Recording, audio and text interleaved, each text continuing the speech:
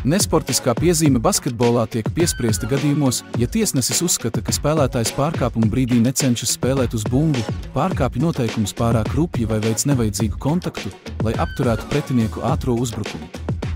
Ja nesportisko piezīmi piespriež spēles situācijā, spēlētājs, pret kuru tika pārkāpti noteikumi, dodas izpildīt 2 soda metienus.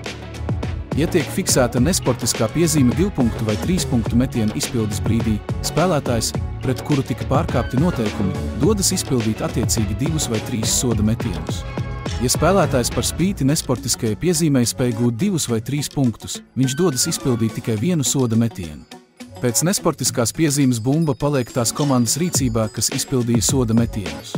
Bumba spēlē tiek ievadīta no sānu auta izspēles vietas uzbrukošās komandas laukuma pusē. Spēlētājs no spēles var tikt izraidīts pēc 2 nesportiskām vai arī 1 nesportiskās un 1 tehniskās piezīmes.